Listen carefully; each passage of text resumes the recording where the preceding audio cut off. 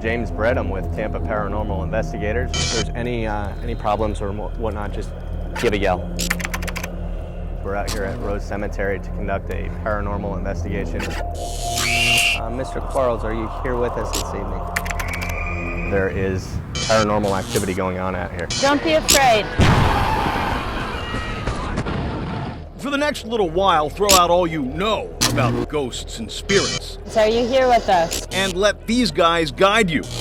After all, this isn't just a let's get spooky around Halloween group. These are serious-minded investigators trying to, and oftentimes making contact with people who've passed. And we have caught some evidence of paranormal activity via EVP. That's really high. Electronic voice phenomena. Ever since he and a buddy first encountered unexplainable things that go bump in the night in an old abandoned building up north, spirits have led Jim to places like this for adventures like this.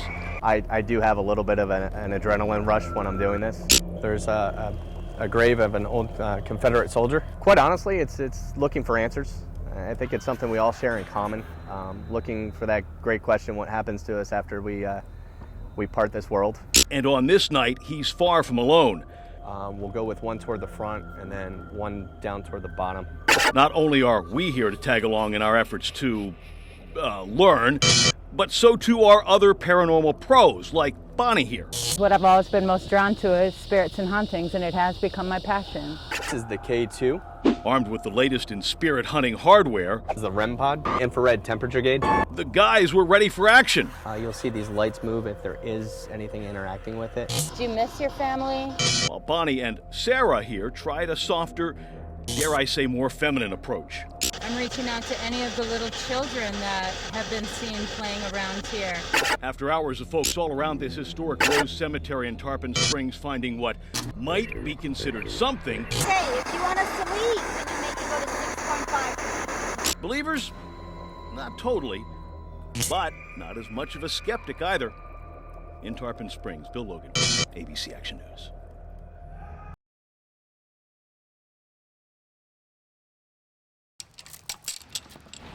Morning. Every morning, JD, hey. Monday through Friday, Hey, Mark. you can catch Paige Sherry at the spot she loves so much. That's why I love this job.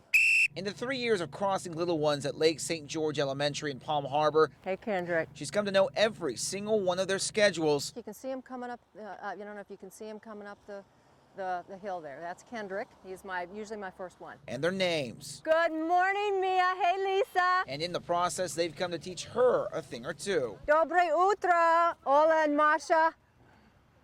They're teaching me Russian. She's loved so much by this neighborhood, they made sure everyone knows this is her spot. I love working outdoors, but the main thing is the kids. I love working with kids, and I mean, for us to get them to and from school safely, that's our main mission out here. Okay, guys. She left behind a comfortable job in the corporate rat race to raise her own 22-year-old, and now on Florida Crossing Guard Appreciation Day, she's receiving her due. Hey, Annabelle. Hey, Heather. First is going to be Paige Sherry. One of the best in Pinellas County, and she's up for an award as best in the state. Okay, guys. And rain or shine, Careful now. Paige says you'll catch her out, making sure the kids are okay. They're doing a little story about crossing guards. All right, see you guys this afternoon. Rob Munoz, Hey, Miss Elena. Hey, Antonio. Hey, Esther. ABC Action News.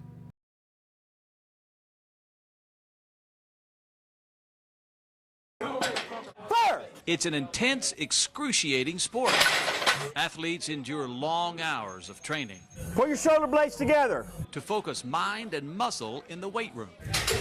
But in the strength program at Oak Ridge School in Arlington, one athlete stands out. Not only is he a great technician, he's also a great motivator. He knows how to motivate everybody. He's physically strong and spiritually strong. And that's one of the keys. He just set an all-time American weightlifting record in his age group, that is, over 60. Who said that? On my second attempt, I broke the record at 375. Take big air before you take it off. Jim Yakubowski, high school coach, history teacher, grandfather, and weightlifting champ at 66 years old.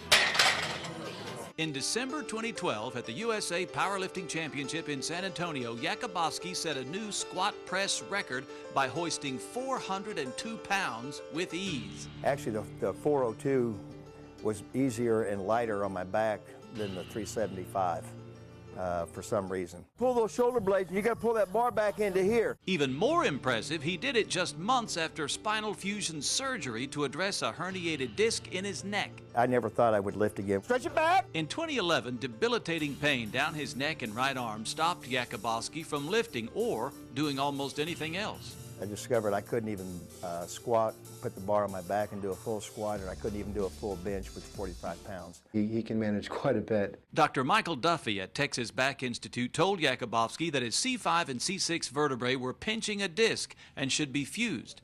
He performed the surgery late that year. Jakubowski spent months recuperating, then started competing again. I definitely didn't tell him to go out and do that. You think there's a hint of stubbornness? How about a big hint of stubbornness? But I definitely told him to go out and live his life and see what his neck and his arm could manage. Take it out, take it out. Good, right there, good. Jakubowski's neck managed to get back in the gym and beyond. I mean, a lot of people that age aren't as active as him, and he proves that you can do anything you set your mind to because he works hard in everything he does. He loves what he does, and he loves the kids, and they love him back. The human body is a pretty impressive thing that once you take the pressure off the nerve root and allow it to heal, people can get back to their usual activities and sometimes even better.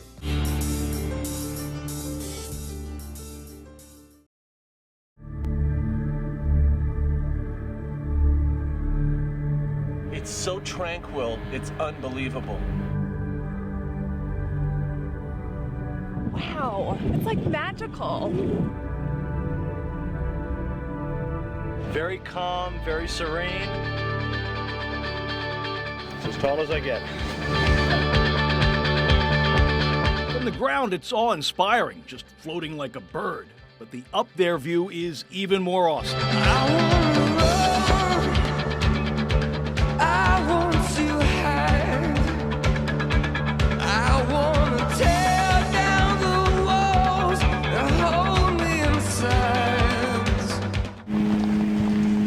Wallaby Ranch, touted as the world's first full-time aero-tow hang gliding park. In fact, Malcolm Jones, who opened the park back in 1991, practically invented the tow-and-go concept of hang gliding when he outfitted a tandem glider with wheels and got an ultralight to haul it up into the skies over Davenport.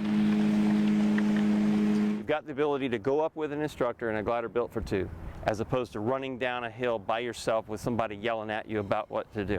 It's a whole different world of opportunity to learn. And of course, John jumped at the opportunity. Slowly let yourself all the way down like you're going to do a push-up. There you go, and just relax in the harness right there. Does that feel okay? Yeah. That's all there is to it. How does it feel, John? It feels like you're kind of floating. I could go to sleep right now. But no snoozing here because it was up, up, and away for the lift to a couple thousand feet, the release of a tow rope, and then the glide. I wanna reach out and touch the flame where the streets have no name. So smooth, so peaceful, according to John.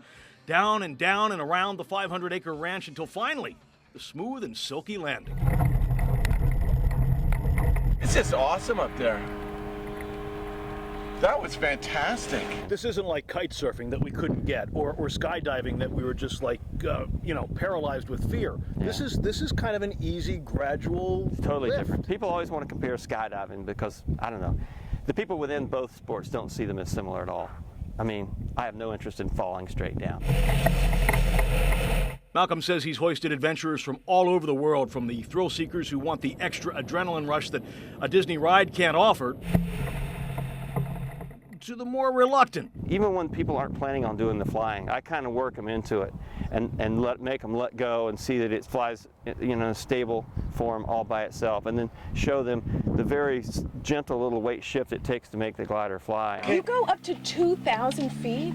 That's higher than the Empire State Building. Wow. I'm telling you, you're going to love this. Ashley's apprehension was somewhat abated, though, as we found another lady flyer who didn't get her glide on until she was much more mature. And she's been coming back now for 14 years. Oh, it's absolute peace and beauty. It's a religious experience when you fly over the groves and see the water. It's just a very wonderful time. And it was for us all, long and looping arcs over Polk County, savoring the view and the sensation of flight in its purest form.